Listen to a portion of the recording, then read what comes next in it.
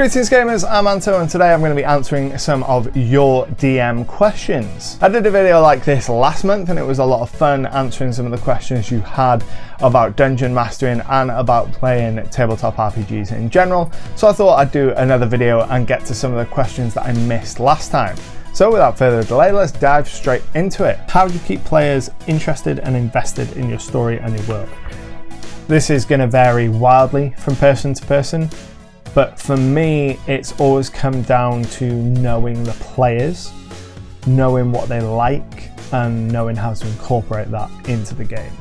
So if you've got a player who gets most of their enjoyment out of hitting things very, very hard, then you want to make sure that you don't go too long between chances for them to do that, because they're probably going to zone out a little bit. Similarly, if you have a player who loves to get really into character, give them chances to do that. Give them really rich role-playing encounters and give them lots of ways for them to interact in character. So know your players and know what they get from the game, and then just incorporate that into your game. And then even if the players aren't really super invested in what you're doing that week, as long as they're getting something enjoyable out of the game, they will keep coming back. The next question is, do you have any advice for running a one-shot for players who have never played an RPG before? What level would you place them at, and do you have any tips? So the biggest thing for me, if you're running for people who are brand new and have never played RPGs before, then don't worry about the rules. The rules are not the most important thing here. The most important thing is giving them a slice of what an RPG can be. So explain the rules and play with the rules, but don't be afraid to throw them out in the interest of fun.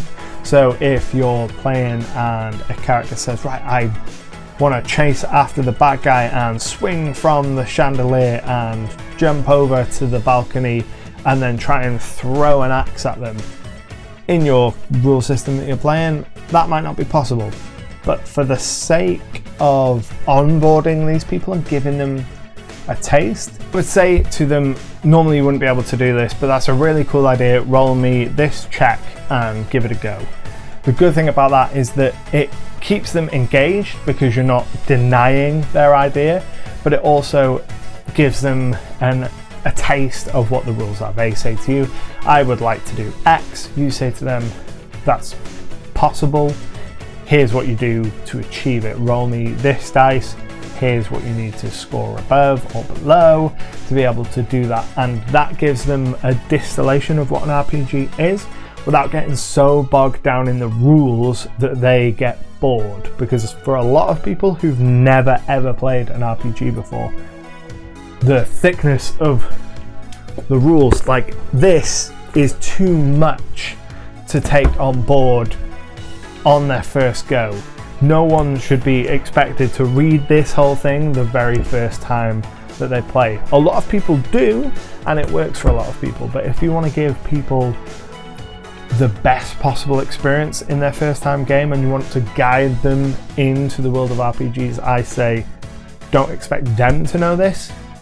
You obviously need to know it, but you also need to know when to not use it and when to just say, that's a cool idea, roll me a d20. If you get over a 10, you do it and it's awesome. The next question is, sometimes I have players who are too into the RP and it drags on and on. What's a way that I can have them move on without telling them to stop? So there are a bunch of different ways that you can handle this. One way that you can do it is in character, is just have the NPC tell them to, if they're talking to an NPC and they're going on and on and on, have the NPC at first politely try and distance themselves from the conversation, and if they won't stop, eventually have the NPC just cut the conversation. It's not you doing it, it's not being rude, it's the NPC recognizing that this character is going on and growing weary of it. Another great way to break up the flow of someone who's a bit too into the RP is to wait for a lull and then go to another player. Say, right, that's what you've done. Now, Jim, what do you do? Or what does your character think? What does Grog think about this situation? And that helps break the cycle and bring the other players in. It's especially useful if this has been going on for some time to sort of summarize the exchange. So if you've had a character that has been talking for a few minutes, just give a really brief overview. Say, right, okay, Grog, here's what's just happened really quickly. How do you react? And that stops the player that's a bit too into it for a moment, reminds them that there are other people at the table, moves the focus to another player, and brings them back in because they might have zoned out or might have not been able to follow what's been going on during that intense role playing. And another option is to use some sort of event. So the player is talking and talking and talking, and bam, the door is kicked open, the door is broken open, the door is flung open, and someone comes in. You have to turn your attention to that. They can't keep talking while everyone else in the room turns and looks at the newcomer. That's a good way, if all else fails, to just stop it dead in its tracks. If you've tried in character to politely move away from the conversation, if you've moved on to another character and they've pulled it back, then have something happen that they can't just carry on talking, or they can't just carry on RPing through. They have to stop and turn their attention towards. The next question comes from Twitter, and it's, what single question has completely derailed your campaign? I have actually talked about this in a video I did on improv, which you can see up here. My players had recently finished retaking a magical tower, and whilst they were getting debriefed, the head of the Wizards College conjured a door and vanished through it. The players, obviously being curious creatures, tried to dimension door to the other side. Now I had absolutely nothing planned on the other side of that, and I had to do a lot of improvising, really using the world building that I'd done previously and some of the tools that I've gathered over my time as a DM to put something together for them. And you can watch that whole video where I go through the entire session and talk about the choices I made and the impacts that that had on the campaign. That was a really fun session, but it was quite a derailing moment when the players were like, we're going to go through this door. And I was like, well, I just kind of put that door there because it seemed cool in the moment, but okay, we're going in.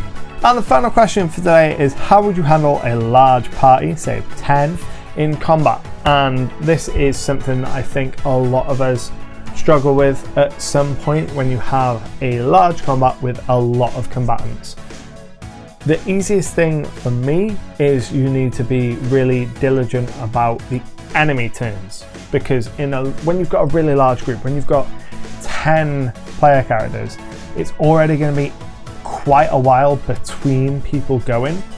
So the more enemies you have and the longer the enemies take, it stretches it out more. So the first thing I would say to do is, when you design a combat, if you have, say, a level 5 party and they're going against something with maybe an average of 100 HP, instead of doing the HP minutely, say, right, this thing dies in 3 hits. No matter how much the damage is, 3 times it gets damages, it's dead. Or if it's a weaker creature, use the minion rules. As soon as it gets hit, it dies. That reduces the amount of bookkeeping you've got to do. It means that you don't have to do any maths at the table, keep track of any charts. You can just have your initiative list and just use check marks next to the enemies. This one's been hit once, this one's been hit twice, it's been hit a 3rd time, it's dead. This really weak one's been hit once, it's dead. For the player side of things, in a really big group, if you're playing at the table, have everyone roll their hits and their damages together, so you save a few seconds. It's only a few seconds per player, but it adds up to multiple minutes over the course of the session. Another thing you can do is strictly enforce time. So get yourself an egg timer or a stopwatch on your phone, set a 90-second timer and go, right, Grog, it's your turn, 90 seconds, what you do. If they're not done in the 90 seconds, you move on to the next player, you don't come back. Make it very clear to everyone that that's how you're going to play, obviously, but that will keep it from getting bogged down, especially at higher levels where players have got a lot more options. They need to be using their time between their goes to think about what they're going to do. And if they just sit there watching what's happening, and then it comes to them and they go, right, let me look at this list of 50 spells and decide which one I want to use now. That's not good enough. They need to go, right, Grog has just hit that guy, so if he's still alive, maybe I could use X spell on him. If that guy's dead, well, there's a weak wall over there, I could use some sort of spell on that, bring down the wall. They need to be looking at the battle as it evolves and looking at what they can do as it goes on, so that when it comes to their turn they can move quickly, because with 10 plus people at the table you cannot afford to wait around. And the last thing I would say for really big combats is that it's really easy for them to drag, so be quite loose with the rules. If they only have 20 feet of movement and the enemy is 25 feet away, well, say, well, maybe you can roll me a check to see whether you can like skid into combat or whatever it is. They roll high enough, great, they're in combat. They're not in combat. Little things like that that you can do each turn as it comes up. Listen to feedback from them. If they want to say, right, can I grab hold of this rope and swing across the battlefield and then still move at the end? You say, well, you move your 10 feet up to the rope, then the rope is doing the movement, not you, so yeah, sure, move at the other end of it.